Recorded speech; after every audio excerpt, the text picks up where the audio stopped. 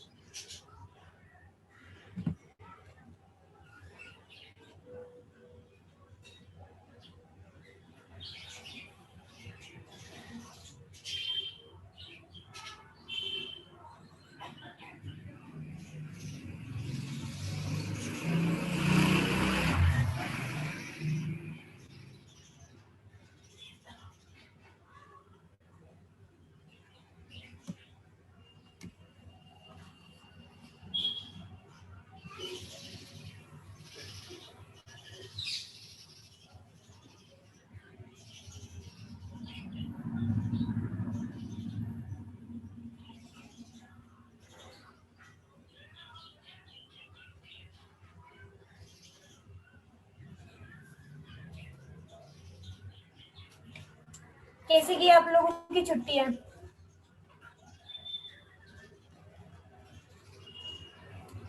Ma'am खूप जास्त bore गई। फंक्शन वंक्शन नहीं थे किसी के घर पे? लॉकडाउन। वो तो है ही।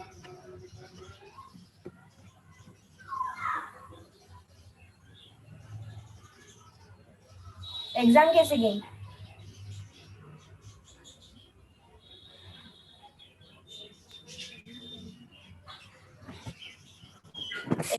आपकी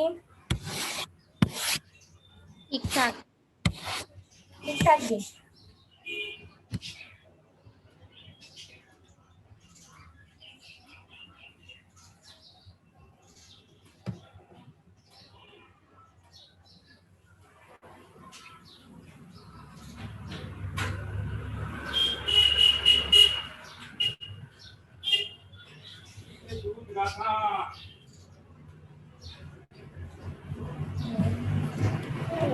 यहाँ पे आवाज बहुत हो रही है।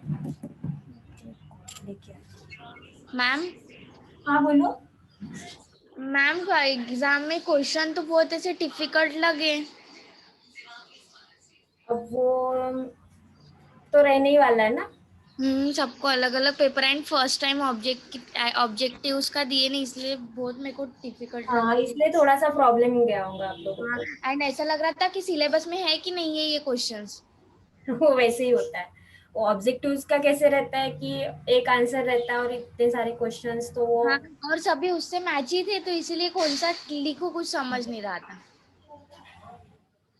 प्रॉब्लम जाता है थोड़ा सा। ये भी एग्जाम वैसे ही होने वाली है क्या? अब बता नहीं, शायद। नहीं बता बाबा। नहीं बता सकते, अभी तो लॉकडाउन ही शुरू है। हाँ ना। नहीं, लेकिन बहुत ही ज्यादा टफ लगा। और आपकी पढ़ाई भी नहीं हुई होंगी ना? नहीं मैम अपना टफ तो जाने वाली है। पढ़ाई करोगे तो टफ नहीं जाएगा। पढ़ाई नहीं नहीं ना, लेकिन मैम नोट्स तो पढ़े थे ना। होता है, वो एग्जाम रहती है, वो यूनिवर्सिटी के पेपर रहते बेटा, कॉलेज के पेपर नहीं रहते। नहीं मैम, अभी मॉड्यूल हुआ ना, उसके बाद ही नोट्स दे देना, फिर कैसे मतलब ध्यान में रहता। हाँ ठीक है ठीक है। यस। नहीं तो फिर 2-3 मॉड्यूल हो गए, देन नोट्स दिए ना, तो समझ में नहीं आता ये कौन से है और ये कौन से है करके। ठीक है। ओके एक मैम। मिनट।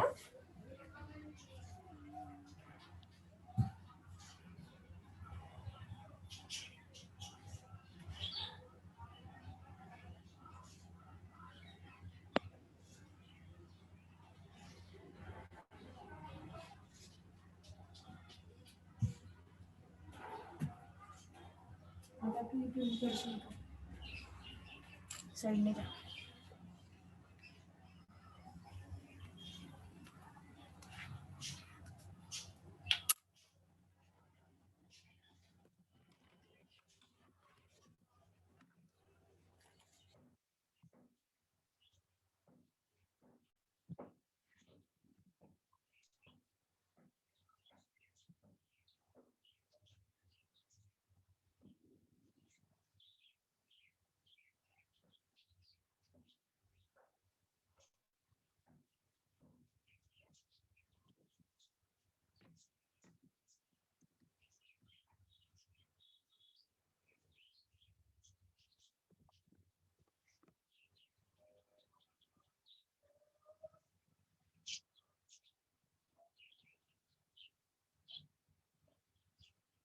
अच्छा, हमारा सब्जेक्ट क्या है? Accounting end costing. Accounting end costing का मतलब क्या है?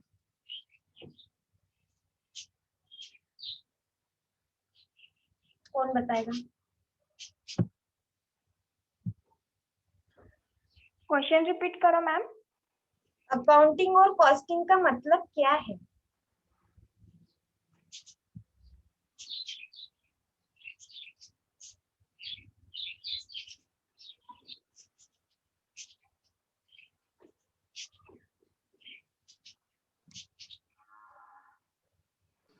मॅम थोडं मॅथ्स वर डिपेंड असेल का? हाँ मॅथ्स. हाँ, मॅथ्स आहे याच्यामध्ये थोडंफार, कारण अकाउंटिंग अँड कॉस्टिंग आलाय. अकाउंटिंग मध्ये पण मॅथ आहेत आणि कॉस्टिंग मध्ये पण मॅथ आहेत. मॅम अकाउंटिंग म्हणजे फायनान्शियल रेकॉर्ड. हाँ, फायनान्शियल रेकॉर्ड. फाइनेंशियल रिकॉर्ड, सही बोला आपने, फाइनेंशियल रिकॉर्ड. हमें क्या करना है? हमें कंपनी का फाइनेंशियल रिकॉर्ड देखना है, बराबर है?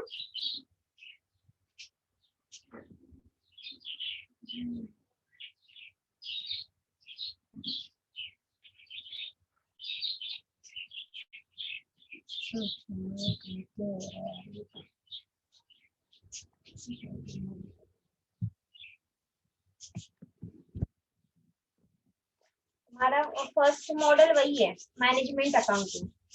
उसमें हमें वही देखना है कि किस तरह से हम मैनेज करने वाले हैं. कंपनी का जो गोल रहता है, बिजनेस गोल जो है,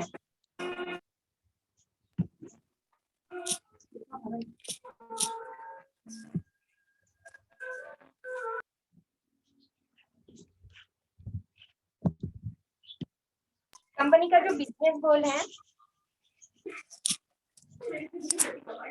के लिए हम क्या करते हैं? वो उस गोल को अचीव करने के लिए मैनेजमेंट अकाउंटिंग का यूज होता है.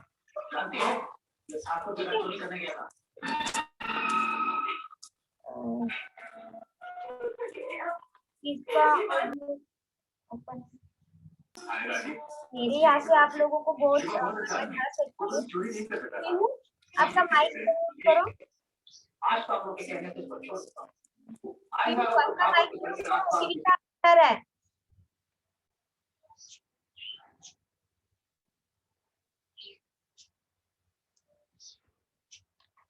हमें फर्स्ट इसमें मैनेजमेंट अकाउंटिंग देखना है. उसके बाद सेकंड है कॉस्ट वैल्यू. सेकंड मॉडल में, सेकंड मॉडल में कॉस्ट वैल्यू, प्रॉफिट एनालिसिस, यानी कंपनी को किस तरह से हमें प्रॉफिट किस तरह से होगा. अब देखो, जैसे मैनेजमेंट हम किस लिए बनाते हैं? किसी भी चीज का मैनेजमेंट हम करते हैं. आप लोगों के घर में भी मैनेजमेंट रहता है. आपका खुद का भी एक अलग मैनेजमेंट रहता है. घर का मैनेजमेंट कौन संभालता है?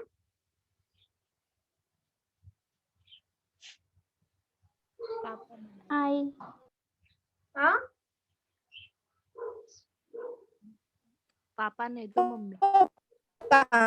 मम्मी संभालती है. हम बजट बोलेंगे हमारे, क्योंकि वो भी है, हमें बजट भी है. तो वो कौन संभालता है? घर पे मम्मी या पापा संभालते हैं. आपको अगर घर से पैकेट मनी मिलती है क्या किसी को? पॉकेट मनी मिलती है, सभी को मिलती है. तो उसका भी आपको मैनेजमेंट रखना पड़ता है. रखना पड़ता है क्या? हाँ.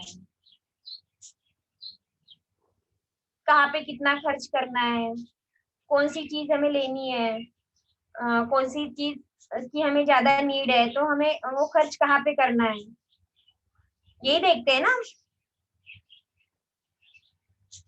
घर में भी ऐसे ही होता है हमारे. हाँ मैम. हम हमारे मेकअप के लिए कितना खर्च करना है, पढ़ाई के लिए कितना खर्च करना है. पढ़ाई का खर्चा तो घर से मिल जाता है। बाकी जो चीजें होती है उसके लिए हमारा जो पैकेट मनी है उसमें से हम यूज करते हैं, बराबर है। जो चिल्लर चालर सामान जो कुछ भी हमें लगता है उसके लिए हम पैकेट मनी यूज करते हैं, बराबर है। आया ना? हाँ मैम। हाँ। Yes ma'am.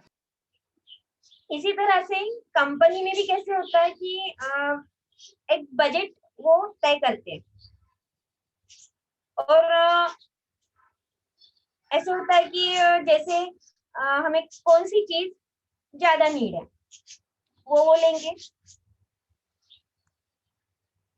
और उसी के बाद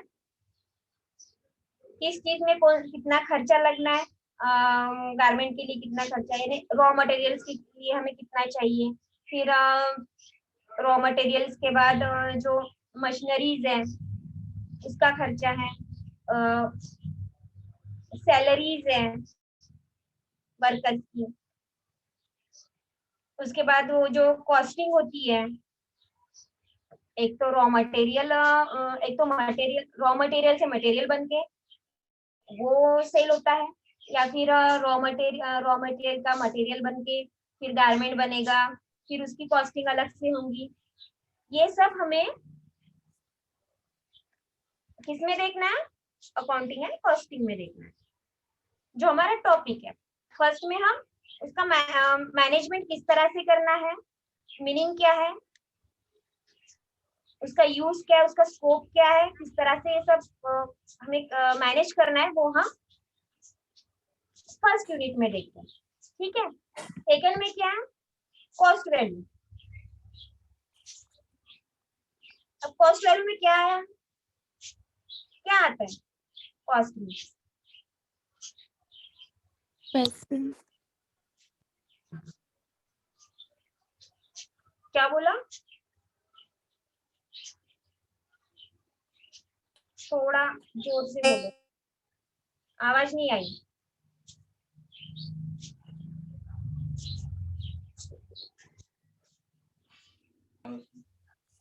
मैम कॉस्ट मतलब लागत खर्चा। लागत खर्चा, कीमत। हाँ। तो हम किसी भी चीज की कीमत जो रखते हैं, लागत यानी कीमत, उसकी जो रखते हैं वो कैसे हमें निकालनी है, वो हमें कॉस्ट वैल्यू में देखना है।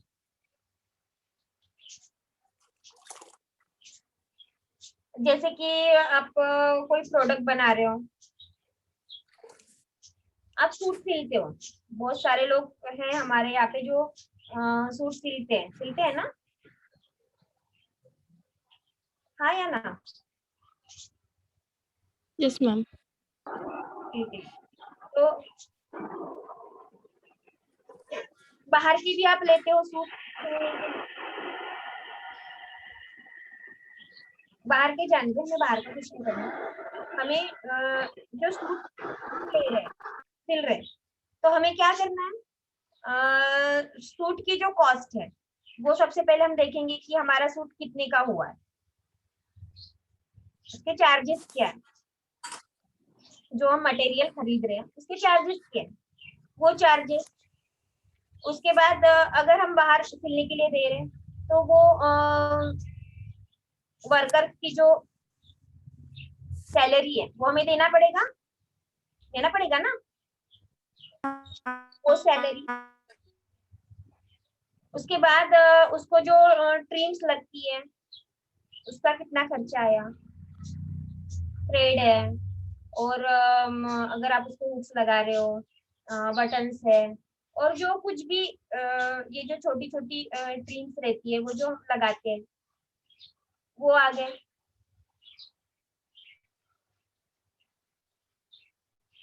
और अगर मुझे उसको बेचना है, अगर मेरे किसी फ्रेंड को वो पसंद आ गया और मैं उसको दे रही, तो जितने में मेरा वो हुआ मैं उसी में दूंगी क्या उसको? मुझे कुछ तो प्रॉफिट चाहिए ना उसमें से। हाँ मैम। अगर मैं बेच रही हूँ, हम यहाँ पे खुद के लिए नहीं देख रहे, हम ये जो कॉस्ट अकाउंटिंग जो सेक्टर है हमारा, वो हम खुद के लिए नहीं देख रहे हैं, हमें इसको बेचना है। वो हमारे फोर्थ पार्ट में आता है, फोर्थ मॉडल में आता है बेचने का। तो फिर बताते हैं तो उसकी जो लागत है, उसको कितना खर्चा आ रहा है, वो सब खर्चा हम कॉस्ट वैल्यू में देखेंगे। ठीक है, ये सेकंड में हो गया। थर्ड में हमें क्या देखना है? थर्ड मॉडल में बजट कैसे बनाया जाएगा। अगर हम वन पीस अगर जैसे अब ये एक का हो गया, बराबर है, पर हमें क्या करना है?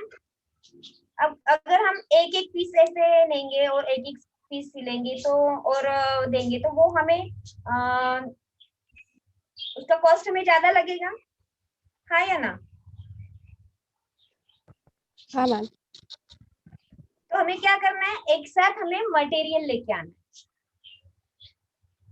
ठीक है, एक साथ अगर हम मटेरियल लेते हैं तो उसका कॉस्ट हमें थोड़ा कम होगा।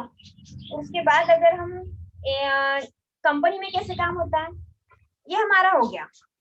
बुटीक लेवल में थोड़ा अलग काम चलता है, कंपनी लेवल में थोड़ा अलग काम चलता है। वहां पे कैसे होता है कंपनी में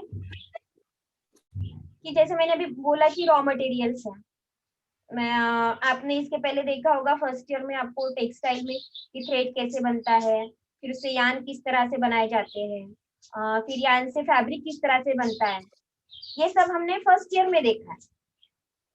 तो ये जो जब हम बनाते हैं तो उसके लिए हमें रॉ मटेरियल लगता है। रॉ मटेरियल से हम उसके लिए हमारे पास मशीनरीज है, फिर हमें कौन सी मशीनरी खरीदनी है। अगर हमें अगर हम थ्रेड ही बना रहे हैं तो थ्रेड बना रहे हैं तो उसके मशीनरीज चाहिए हमें। नीटेड फैब्रिक बना रहे हैं तो नीटेड फैब्रिक की भी मशीनरीज लगेंगी, या फिर अगर हम ओवन फैब्रिक बना रहे हैं तो उसकी मशीनरीज लगेंगी। ब्लेंडेड फैब्रिक बना रहे हैं उसकी अलग मशीनरीज लगेंगी। नीटेड फैब्रिक बना रहे हैं उसकी अलग मशीनरीज लगेंगी। रॉ मटेरियल्स लगेगा अलग अलग। अगर आप सिल्क में काम करते हो तो सिल्क का लगेगा, ब्लेंडेड कर रहे हो तो ब्लेंडेड का लगेगा, कॉटन में सिर्फ आपको काम करना है तो उसका अलग अलग आपको ये सब लगेंगे। तो हम क्या करने वाले हैं, हमें अब जैसे कोविड-19 शुरू है, बराबर है, इसमें थोड़ा सा बिजनेस लो हो गया है। तो अभी हमारा बिजनेस लो हो रहा है तो हमें आगे किस तरह से उसको बढ़ाना है, ये सिचुएशन में भी हमें उसको किस तरह से बढ़ाना है, इसके लिए हम क्या करेंगे? अब जैसे अभी ईद आ रही है तो ईद के लिए पहले बहुत सारे वैरायटीज हम लोगों को मिल जाती थी। बहुत सारे लोग फैब्रिक खरीदते थे, सॉरी फैब्रिक नहीं, गारमेंट्स खरीदते थे। अलग अलग टाइप्स के गारमेंट्स आते थे, दिवाली में अलग से, इस तरह से हम अलग अलग सब फेस्टिवल के हिसाब से हम लोग गारमेंट खरीदते हैं। और तो अभी वो थोड़ा कम हो गया है, तो तो हमारे कंपनी को उसका लॉस हो रहा है, बराबर है, तो हमें अलग से बजट बनाना पड़ेगा, उसका अलग से मैनेजमेंट करना पड़ेगा कि हमें किस तरह से कैसे हम उसको बनाएं। हमें हमारी कंपनी चलानी है तो हम उसको किस तरह से आगे बढ़ाना है, तो हम क्या करेंगे? अगर मेरी गारमेंट स्टिचिंग कंपनी है तो हम क्या करेंगे, किस तरह से बढ़ाएंगे उसको?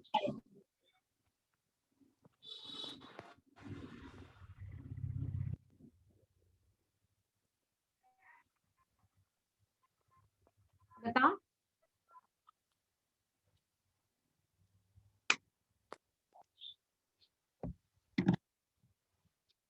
अभी फिलहाल ट्रेंड में क्या है, क्या चल रहा है फिलहाल ट्रेंड में?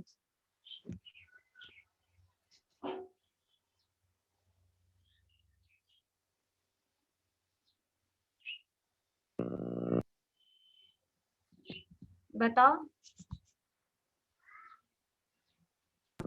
मैम आपने कौन सी ट्रेंड बोली, क्लॉथिंग की क्या? क्या? मतलब ट्रेंड मतलब कौन सी, इसकी गारमेंट की? हाँ, गारमेंट की। तो सबसे ज्यादा अभी चल रहा है, क्या चल रहा है सबसे ज्यादा? मास्क, मतलब ड्रेस रहते उसके ऊपर मैचिंग मास्क, ऐसा कुछ। हाँ, ऐसे चल रहा है।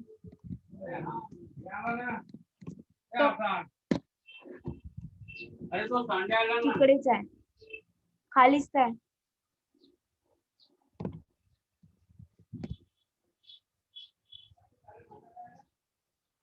अब देखो, जैसे आपने बोला ड्रेस के ऊपर मैचिंग मास्क चल रहे हैं, मास्क में अलग अलग वेराइटीज आ रही है, आ रही है क्या मास्क में अलग अलग वेराइटी? हाँ मैम। हाँ मैम। हाँ मैम। मैम। आपने देखा होगा कि उसके डिजाइन भी अलग अलग आ रहे हैं। मैम मैचिंग मैचिंग मास्क मिलते साड़ी पे, सूट पे। हाँ, और उसके डिजाइन भी बहुत सारे अलग अलग है। है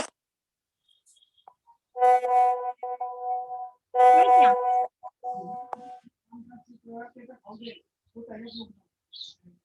तो हम साथ में उसको ऐड कर सकते हैं।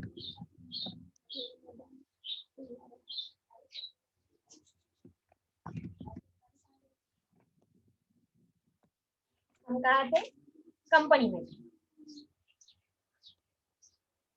अब हमें हमारा बजट बनाना है, ठीक है। अभी जैसे हमने देखा कि मशीनरीज देखे हमने,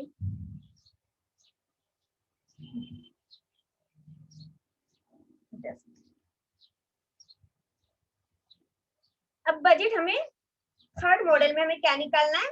बजट। कॉस्ट हो गया हमारा, अब हम बजट निकालेंगे।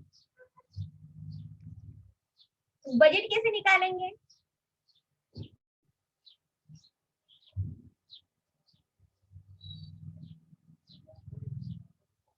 बजट मतलब क्या?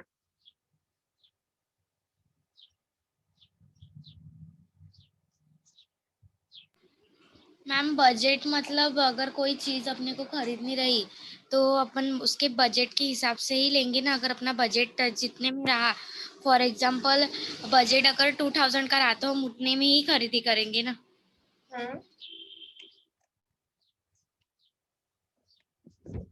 सही है। और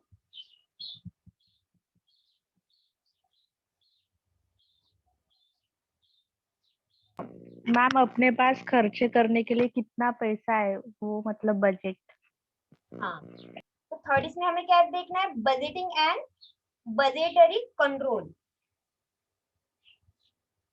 तो हमारा हमें क्या देखना है कि जो हमारा बजट है, हमारे पास जितना भी पैसा है उसमें हमें किस तरह से क्या करना है, उसको किस तरह से खर्च करना है, और उसका हमें क्या निकालना है? बजट निकालना है कि वो कम से कम पैसों में हम किस तरह से हमारे कंपनी को क्या करना है, हमें कंपनी को कहाँ पे लेके जाना है? ऊपर लेके जाना है, प्रॉफिट में। हाँ, उसका प्रॉफिट किस तरह से करना है। प्रॉफिट में हमें क्या देखना है? अगर हम बीच में कोई आ गया तो मैं डिस्टर्ब हो जा रही हूँ, डिस्टर्ब हो रही है, sorry.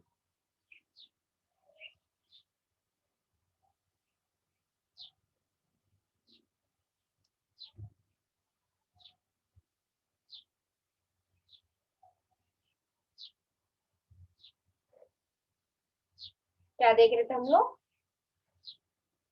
Budget. Budget.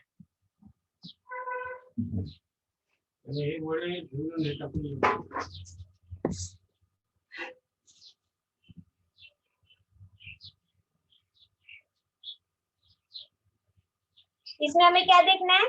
Budgeting end budgetary control end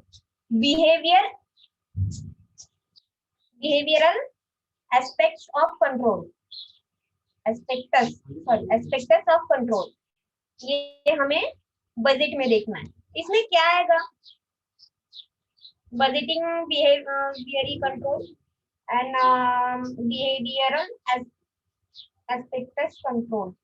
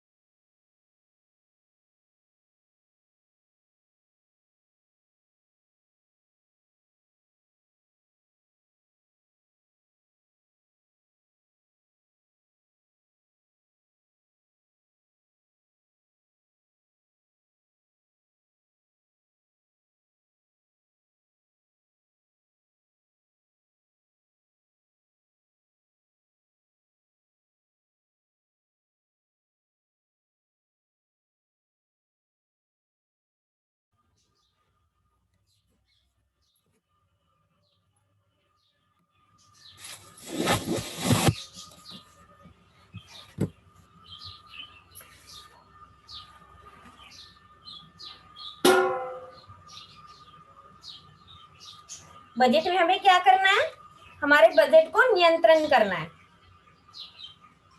ठीक है। मेरा चला गया पूरा कंसंट्रेशन।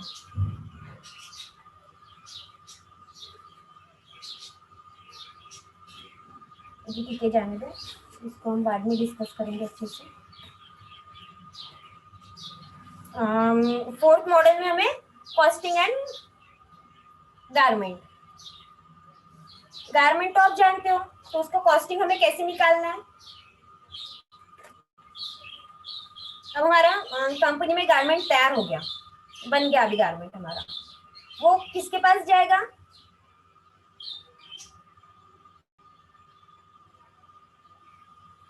किसके पास जाएगा,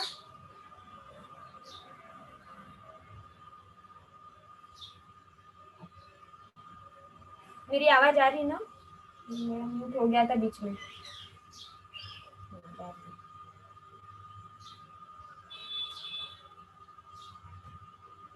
मॅम मॅम हे तुम्ही पूर्ण मॉड्यूल म्हणजे कोर्स समजावून सांगत आहे का? हा, मी पूर्ण कोर्स समजून सांगत आहे, कुठल्या मॉडेल मध्ये आपल्याला काय काय घ्यायचंय ते सांगते। अच्छा, म्हणजे ते पहिले सिलेबस बघावं लागेल ना मॅम त्याच्यासाठी? हा, सिलेबस तुम्हाला ठेवावा लागेल। आपलं थर्ड मॉडेल पर्यंत आलो, तर थर्ड मध्ये कसं माझं डिस्टर्ब झालं थोडंसं, तर ते मी थोडं हे झालं, म्हणून आपण डायरेक्ट फोर्थ म्हणजे घेतलं म्हणून आपण थर्ड पण काय आहे ते फोर्थ बघून राहिलो आपण आता। हा, म्हणजे प्रत्येक मॉड्यूल मध्ये कुठले कुठले टॉपिक आहे ते? हा, ते आज आपण डिस्कस करू, कारण आपला आज फर्स्ट लेक्चर आहे आणि मग आपण उद्यापासनं स्टार्ट करू किंवा आताही करू। मॅम मग जसं मागे स्क्रीन शेअर करून शिकवत होत्या तसंच कराल ना? हो, हा, कारण नोट्स नाही येणार। ते तर मी शिकवणारच आहे ना। हा, आज आपल्याला फक्त हे बघायचं आहे की आपण आपल्याला काय काय करायचं आहे, काय नाही करायचं आहे, हे आपण आज बघतोय।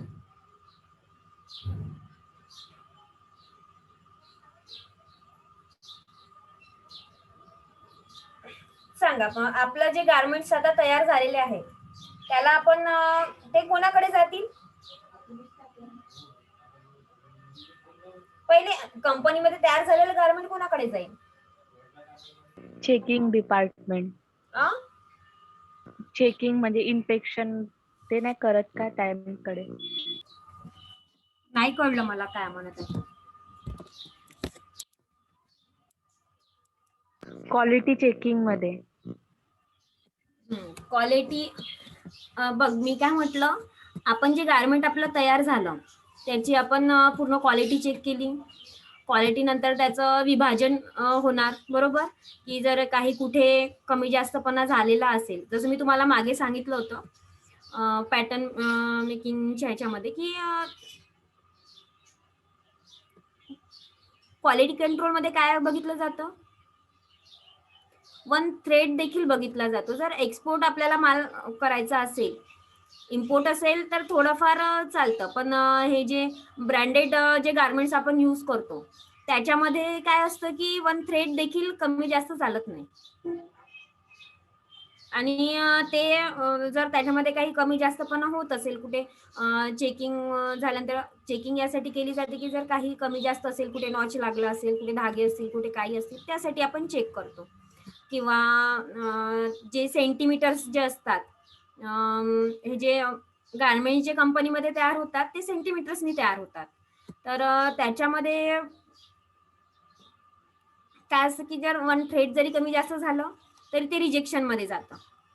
आणि जर मग आपण बघितलं असेल खूपदा की आपल्याला तोच माल आपण जर काय म्हणते, वेस्टेड माल म्हणून परत आपल्याला इकडे कमी रेंजमध्ये मिळतो. ब्रँडेड माल ब्रँडेड ठिकाणी जातो, म्हणजे जसं याच्यात हे होऊन, आणि जर त्याच्यामध्ये काही कमी जास्त असेल त्या गारमेंटमध्ये तर ते आपल्याला कमी रेंजमध्ये मिळतं. आता हे झालं आपलं क्वालिटी कंट्रोल मधलं काम. पण आता क्वालिटी कंट्रोल वगैरे सगळं झालं, आपलं पॅकिंग सगळं झालेलं आहे, त्याच्या सगळ्या टेस्टिंग झालेल्या आहेत फॅब्रिकच्या. तुम्हाला फर्स्ट इयरला टेस्टिंग वगैरे होत्याच, तर ते सगळं आपण करून झालेलं आहे. आणि त्यानंतर आता तो कोणाकडे जाणार?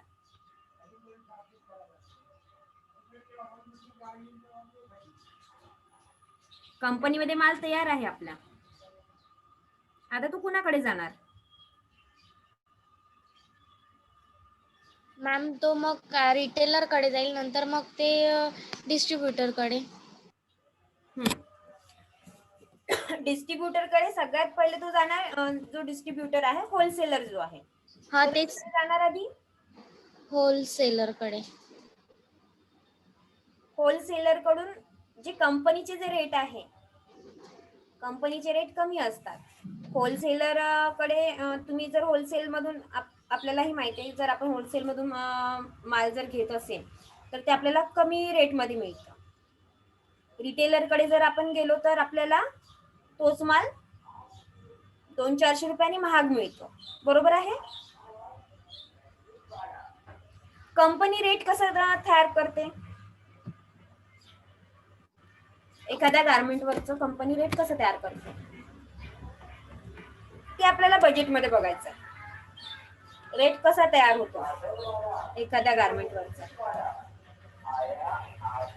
ते विसरली मी मगाशी बोलायचं. कसा तयार केला जातो? ऍक्च्युली तेच बोलून राहिलो होतो आपण. त्याला बनवायला किती खर्च लागला एकूण त्याच्यानुसार, हा. आणि मग कंपनीला किती प्रॉफिट होईल त्यामधनं असं. आणखी त्याच्या खर्चासाठी आपण काय काय बघतो?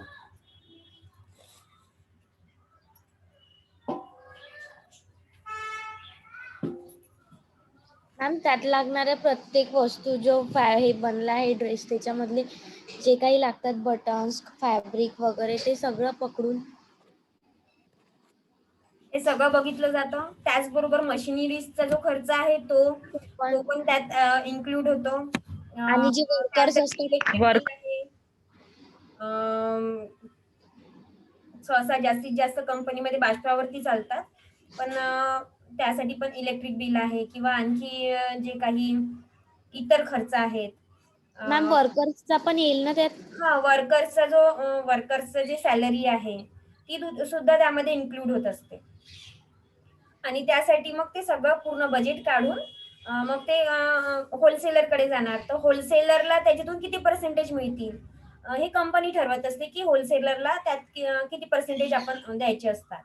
आणि होलसेलरला मिळाल्यानंतर ते रिटेलरला देखील किती त्यातनं प्रॉफिट मिळाला पाहिजे, म्हणजे असं ते ठरवलं जातं. 5%, 2%, हे सगळे पर्सेंटेज ठरवून त्यानंतर मग तो त्याच्यावरती टॅग बनतो, टॅग लागतो. की हे सगळे आधीच तिथे इन्क्लूड असतात. नुसतं एकाच मालाचं नाही, तर हे सगळ्या मालाचं तसंच आहे. आता गारमेंटचं जर बघितलं तर आपण बघतो की हे सगळे इन्क्लूड झाल्यानंतर देखील होलसेलर लोकांचे अलग रेट लागतात. ते गारमेंटमध्ये ठीक आहे, लागून हे होतात. त्यानंतर रिटेलर्सचे वेगळे रेट लागतात, आणि रिटेलर कडून कस्टमर कडे जो माल जातो सॉरी कंझ्युमर म्हणजे कंझ्युमर मीन्स आपण लोक. तर हे सगळे त्यात सगळे टॅक्सेस वगैरे सगळे इन्क्लूड करून तो माल कंझ्युमर पर्यंत पोहोचवला जातो. आणि हे फक्त गारमेंट साठीच नाही आहे, तर बाकी सगळे प्रोडक्ट्सला पण याच पद्धतीने बजेट काढला जातो त्याचा. ठीक आहे. आता हा माल जाणार आपला होलसेलरकडे. आपल्याला बघायचं कॉस्टिंग गारमेंट. तर होलसेलर प्राइस स्ट्रक्चर जे मी आता सांगितलं की त्यांचं प्राइस कसं असणार, त्यासाठी त्यांना आपल्याला किती प्राइस द्यायची आहे, ते wholesaler price structure. Costing functions म्हणजे किती कॉस्ट लागली. आता जसं जर आपण फक्त कुर्तीच बघतो आहोत, आपण विचार करू फक्त कुर्तीचा, तर म्हणजे एका कुर्तीला किती खर्च लागला पर कॉस्ट मध्ये. त्याच्यामध्ये थर्ड पॉइंट आहे पर कॉस्ट. तर प्रत्येक कुर्तीला किती खर्च लागलेला आहे. त्याच्यानंतर फायनान्शियल कॉस्टिंग, पूर्ण कॉस्ट येणार. मग कॉस्ट त्याच्यावरून कॉस्ट शीट तयार होणार. आपण बघितलं मागच्या वेळेस कॉस्ट शीट बघितली आहे. हो मॅम. त्यानंतरची होलसेलर प्राइस आणि कॉस्ट मर्चंडायझिंग. कॉस्ट मर्चंडायझिंग कडे कुठलं काम असतं, त्याच्याकडेच हे एक काम असतं की विक्री कशी करायची. म्हणजे जसं आता 150 रुपयाची कुर्ती आहे, आपण ते पूर्ण सगळं कॉस्टिंग काढलं आणि तिची किंमत आपण 150 रुपये ठेवली, मिनिमम रेट आहे बरोबर. तर ही कुठे विक्री करायची. रुरल मार्केटमध्ये ते जाणार की एक्सपोर्ट मार्केटमध्ये जाणार, कुठल्या मार्केटला त्याला डिमांड आहे. ह्या सगळ्या गोष्टी कुठे बघितल्या जातात, कॉस्ट मर्चंडायझिंग मध्ये. आपलं कुठलंही प्रोडक्ट हे काय तुम्ही बघितलं असेल की सेल्समन आपल्याकडे येतात, ते आपल्याला सांगत असतात की याची ओरिजिनल कॉस्ट एवढी आहे, तुम्ही जर दुकानातून घ्याल तर इतक्याला मिळेल, आणि हे कंपनीचं सर्व्हिस सुरू आहे त्यामुळे याची रेट कमी आहे आणि तुम्हाला आम्ही इतक्यामध्ये हे देत आहोत. तर हा देखील काय आहे, काय आहे, हे देखील कुठे जाणार आपलं मर्चंडायझिंग मध्ये, ती विक्रीमध्ये जाणार. ठीक आहे. हे झालं आपलं पूर्ण.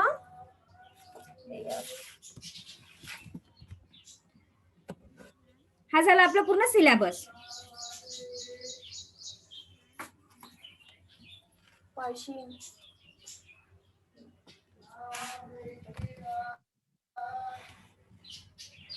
समजला की आपल्याला कुठला कुठला, आणि ह्याच्यावरतीच आपल्याला प्रोजेक्ट तयार करायचा आहे 4th मॉडेल वरती. त्यासाठी तुम्हाला एक गारमेंट, तुम्ही तर आता मागच्या वेळेस बनवले आहेत ना, झालेत का सगळ्यांचे गारमेंट कम्प्लीट. गारमेंट कम्प्लीट झालेत का, paper cutting and garment complete झालेत का सगळ्यांचे. नाही मॅम. कधी करणार, कधी करणार.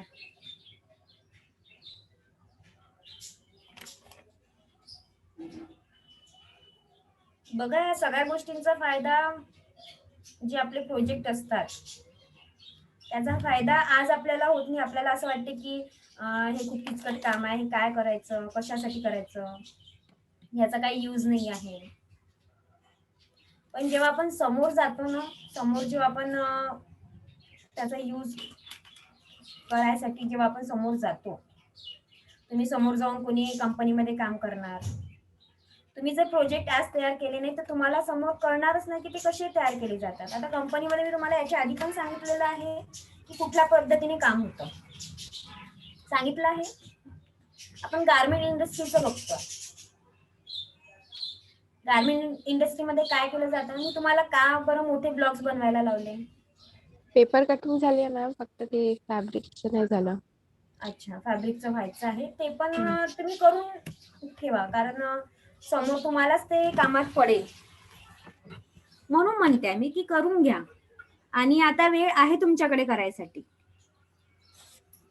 म्हणून म्हणते करून घ्या. मग एकदा जर ते हातातनं निघालं ना तर मग नंतर नाही होत.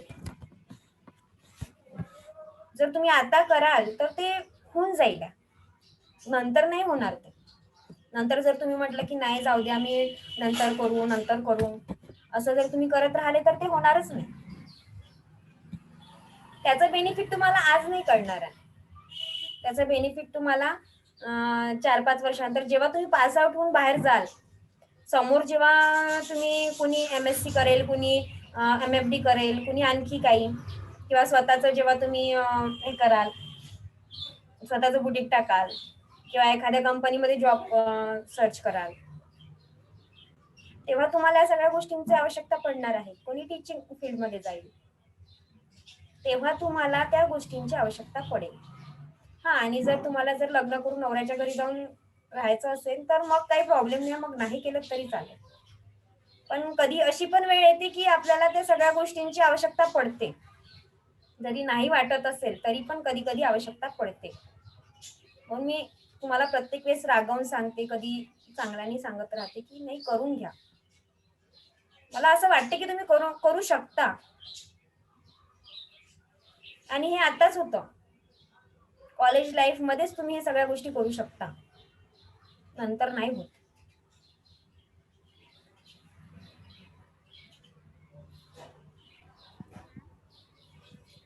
आता बघा, जसं मी सांगितलं तुम्हाला की आपल्याला प्रोजेक्ट बनवायचा आहे. प्रोजेक्ट मध्ये आपल्याला काय करायचं आहे, आपल्याला साक्षीचे बनलेले आहेत जवळपास सगळे. साक्षी, गारमेंट्स तयार झाले आहेत का तुझे? नाही मॅम, गार्मेंट्स पूर्ण नाही झाले. जे लास्ट वाले प्लीज होते ते करून घे. नाही झाले. विचार सोनाली, काय क्वेश्चन आहे? मॅम मला एक क्वेश्चन आहे की म्हणजे जे आपण कंपनी मधून जो माल येतो, हा, जसं एखादा ड्रेस जरी असला तो, तर मॅम त्याच्यावर जे MRP प्राइस टाकली जाते आणि जे स्टिकर लावलं जाते, तर ते मॅम कुठून लागत असेल, म्हणजे ते कंपनी थ्रूच लागत असेल का? बघा, कंपनीत मी आता तुम्हाला तेच सांगत आहे. आपण काय बघतो आहे तेच मी तुम्हाला सांगून राहिली की कंपनीमध्ये सगळ्या गोष्टी इन्क्लूड करून तो टॅग लागत असतो. पण गारमेंटचं असं आहे, मी तुम्हाला हे याच्या आधीच बोलली की गारमेंटचं असं आहे की होलसेलरचे वेगळे रेट लागतात त्याच्यावरती, आणि त्यानंतर जेव्हा तो रिटेलर कडे येतो माल, म्हणजे शॉप मध्ये जेव्हा येतो तेव्हा शॉपकीपरचे वेगळे रेट लागतात. अच्छा, म्हणजे मॅम ते लोक नाही मॅम, कुठल्या ड्रेसवर बघा MRP लिहूनच राहते, तर आपल्याला शॉप मधून त्याच रेट मध्ये मिळते ना? हा, MRP जे लिहून असते ना ते हा. आपल्याला डायरेक्ट येतं, आणि ते राहतं एक्सपर्ट वाला माल, म्हणजे जो चांगल्या क्वालिटीचा जो माल तयार होतो. आता कसं राहतं की कंपनीवरती डिपेंड करतं, बरोबर आहे, की माल कुठला तयार करत आहे. आता काही याच्यावरती तुम्हाला MRP दिसणार नाही. तो माल कसा जे छोटे शॉपकीपर्स आहे ते, जसं एखादं बुटीकवाला आहे किंवा एखादं टेलर आहे त्याच्याकडूनही ते शिवून घेतात, आणि त्यांना तो शिवण्याचा रेट वेगळा दिला जातो. ते स्वतः आपला माल त्यांना सप्लाय करतात. जसं मी आता कुर्तीचं, त्याचसाठी मी कुर्ती घेतली. हो मॅम, म्हणजे जे छोटे मोठे राहिले ना त्याच्यावरच मॅम रेट जास्ती म्हणजे टाकलं जाते, जसे ते मोठे मोठे ड्रेसेस आहे त्याच्यावर नाही राहत. ते जे कंपनीकडून तयार होऊन येतात त्याच्यामध्ये ते सगळे इन्क्लूड्स असतात. अच्छा. म्हणून त्याच्यावरती तुम्हाला दुसरे मिळत नाही. पण काही वेळेला असं असतं की कंपनीकडून टाकल्या जात नाही, कारण रिटेल, जसं हे रिटेलर झाले किंवा होलसेलर्स झाले, तर हे लोक, ह्या लोकांचं एक बॉन्डिंग राहतं ना, तर ते लोक सांगतात की आम्हाला इतका, जर समजा माझं तुम्हाला, मी तुमच्याकडून ऑर्डर देते आहे मी तुला, तर मी तुला हे सांगेन की मला इतका % पाहिजे आहे त्याच्यात, तर ते त्याच्यात ऑलरेडी इन्क्लूड करून देतील, बरोबर. आणि जर समजा मला मी जर नंतर माझा तुझ्याशी कॉन्टॅक्ट नाही आहे, तर तुम्हाला ज्या रेट मध्ये आलेलं आहे, जे रेट देशील तेच रेटनी मला घ्यावं लागेल. त्याच्यामध्ये मला तू हे करून देणार. ऑल मॅम बट इन्क्लूड असतात. कंपनी जी माल तयार करते त्याच्यामध्ये ऑल इन्क्लूड्स राहतात. पण जे हे छोटे व्यापारी जे काम करून घेतात त्याच्यामध्ये तुम्हाला रेट दिलेले राहत नाही, पण कंपनीमध्ये ते रेट दिलेले असतात. हो मॅम. आणि मॅम आपण आता जसं आपण कस्टमर आणि कंझ्युमर झालो, तर मग जे आपण शॉप कडून घेऊ रिटेलर कडून, तर ते मॅम त्यांना कमी पैशामध्ये पडत असेल ना? हो. हा. आता मला एक गोष्ट सांग, मला जर एखादी आता मी कुर्तीचा बिझनेस करते आहे, हा. ठीक आहे, मला ती 50 रुपयात पडते आहे. हा, पण त्याच्यावर MRP जर 150 लिहिली राहिली. हा, 150 लिहिलेली असते, तर हा. मला मी 150 ला विकणार. पण अच्छा खूपदा अच्छा. असं पण होतं, खूप साऱ्या प्रोडक्ट्स असं पण आहे की MRP रेट जे लिहिलेला राहतो त्याच्यात आपण कमी पण करू शकतो. हो हो. जर मी सेलिंग मध्ये तो माल काढते आहे, त्याच्यावर MRP रेट वेगळा राहतो आणि सेलिंग रेट वेगळा राहतो. वेगळा राहतो. तर हे सगळ्या लोकांचा विचार करूनच त्याच्यावरती MRP रेट दिली जाते. अच्छा अच्छा. ठीक आहे. हो मॅम. आणखी काही क्वेश्चन आहे? नाही मॅम. बरं. मग प्रोजेक्टचं सांगू मी कसं करायचं आहे ते? हो मॅम. आता जसं एखादी गारमेंट आपण घेतलं, आपलं मागच्या वेळेस गारमेंट झालेलं आहे, बरोबर? तर आधी आपल्याला काय करायचं आहे, मी तुम्हाला छोटे आणि मोठे दोन्ही ब्लॉक्स बनवायला सांगितले होते, बरोबर? तर याच्यामध्ये आपल्याला छोटे ब्लॉक्स यूज करता येतील. त्याची आपल्याला कॉस्टिंग काढायची आहे. कॉस्टिंग कशी काढायची ते मी सांगेल मग तुम्हाला नंतर. आणि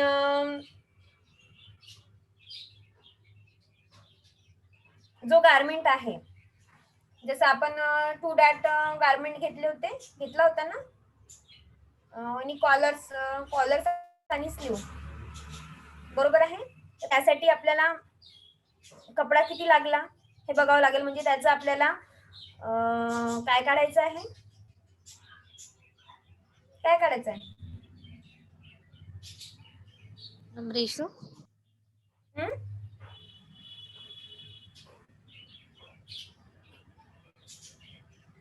काय म्हणतात ग त्याला, आपल्याला त्याची एक कॉस्ट शीट पण तयार करावी लागणार आहे. जो गारमेंट तुम्ही घ्याल प्रोजेक्ट मध्ये, म्हणून मी तुम्हाला गारमेंट्स याच्यासाठी म्हणते बनवायसाठी, आणि मी तुम्हाला मोठे गारमेंट्स यासाठी बनवायला लावले की समोर जाऊन ते, आता बघा, आता आपल्याला कॉस्ट शीट तयार करायची आहे त्याची, तर आपल्याला त्याच्यामध्ये काय बघावं लागेल, त्या गारमेंटला कापड किती लागलं,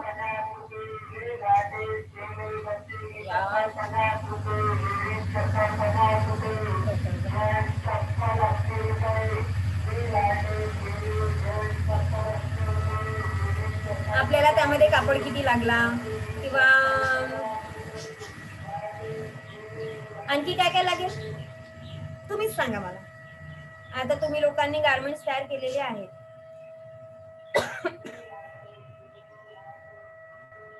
काय काय करावं लागेल? मॅम गारमेंट किती लागला, थ्रेड आणि स्टिचिंग मध्ये टाइम किती गेला, त्या सगळ्याचा रेशो काढून म्हणत आहे का मॅम तुम्ही? हा, अच्छा. आपल्याला एका गारमेंटचा बजेट काढायचा आहे पूर्ण, हा. ते आपल्याला प्रोजेक्ट मध्ये तयार करायचं आहे. तर मॅम त्याच्यामध्ये मला पूर्ण किती टायमिंग गारमेंट वगैरे. घ्यावं लागेल?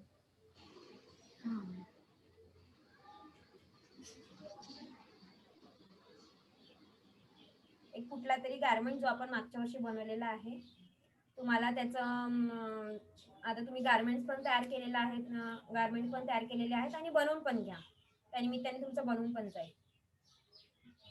ते जेव्हा तुम्ही बनवाल तेव्हा ते कसं करायचं ते मी तुम्हाला नंतर सांगेल. ठीक आहे. तर आपल्याला याचा 25 मार्क्सचा एक प्रोजेक्ट पण तयार करायचा आहे, तर त्या गारमेंटची पूर्ण माहिती तिथे येईल. मी तुम्हाला मागच्या वेळेस आय थिंक कॉस्ट शीट आणखी काय शिकवलं होतं? एनव्हलप सांगितलं होतं मी कसं तयार करतात ते.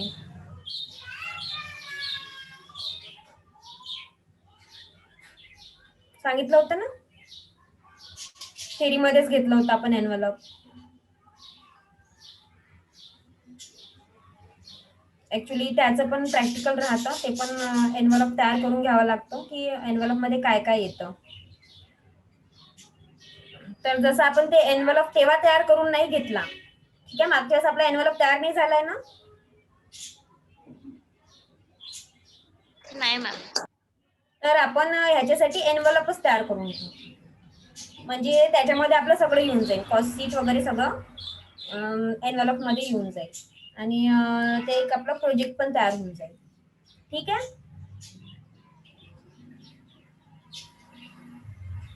आणखी काही?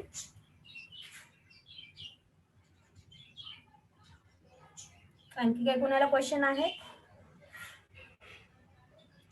पण ते आधी तयार करून घ्या तुम्ही. जे पेपर कटिंग आहे ते एक तयार करून ठेवायची आहे तुम्हाला आणि गारमेंट्स पण तयार करून ठेवून द्या, म्हणजे तुम्हाला समोर जड जाणार नाही. जेव्हा आपण 4th मॉडेल घेऊ तेव्हा तुम्हाला जड जाणार नाही आणि होऊन पण जाईल. मग मी फक्त तुम्हाला कसं करायचं तेवढं एक सांगेन, तर तुमचं प्रोजेक्ट पण लवकर तयार होऊन जाईल. ठीक आहे, करणार तुम्ही एवढं काम? हो मॅम. पक्क?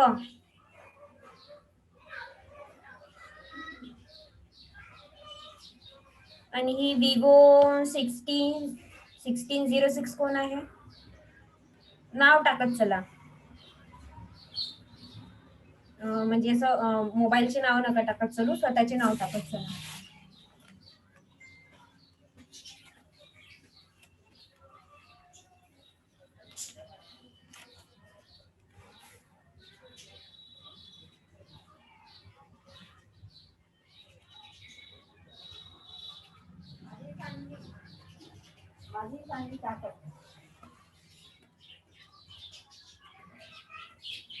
ठीक आहे, थिंक आपलं झालेलं आहे सिलेबस हे करून.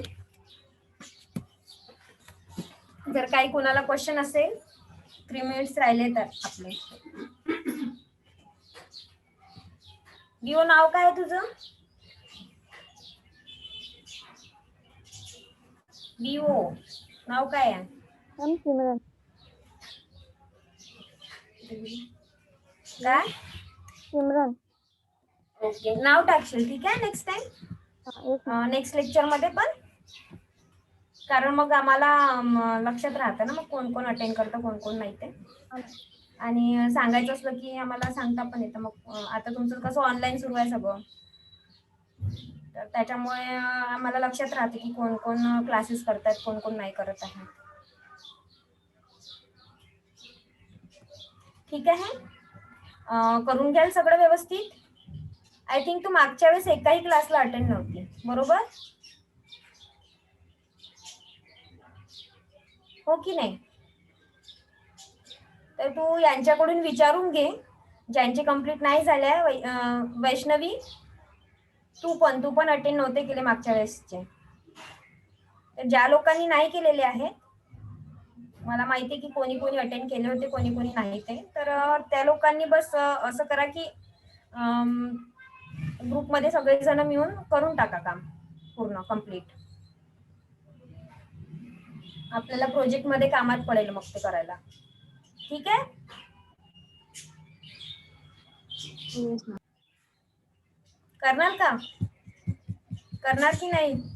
हो मॅम. सर्वजण करून घ्या, तुमच्या समोरच्या कामाचं चांगलं आहे ते.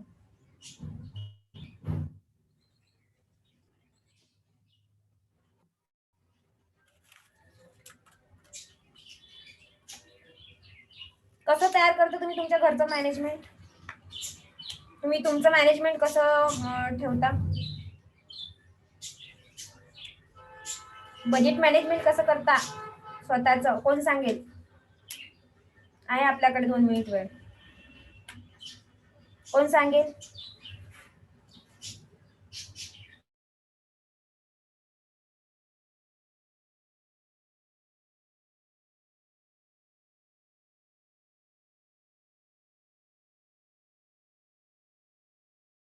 बजेट मॅनेजमेंट करतो. कोणती वस्तू घेतली पण त्याच्यामध्ये पूर्ण पैसे न खर्च करता काही प्रमाणात सेव्हिंग पण झाली पाहिजे अशा प्रकारे. अच्छा, असं समज की तुला 2,000 रुपये दिले. मिळतोय. पॉकेटमध्ये 2,000 रुपये आहे तुझा. तू त्याला हा. खर्च कसं करणार? त्याला माझ्या बजेटच्या नुसार मी त्यातले तेच असं विचारते आहे. मी तेच विचारते आहे की तुम्ही बजेट कसं तयार करणार? आठवून जी ठेवा आणि लक्षात करून ठेवा. ठीक आहे सगळे जणांनी? मी विचारील हा क्वेश्चन. आणि हे लक्षात ठेवा की 2,000 रुपये आपल्याला पॉकेट मनी मिळत आहेत आणि आपल्याला ते कसे खर्च करायचे आहेत. ठीक आहे? आणि दुसऱ्या लेक्चरचा वेळ झालेला आहे. हो सर.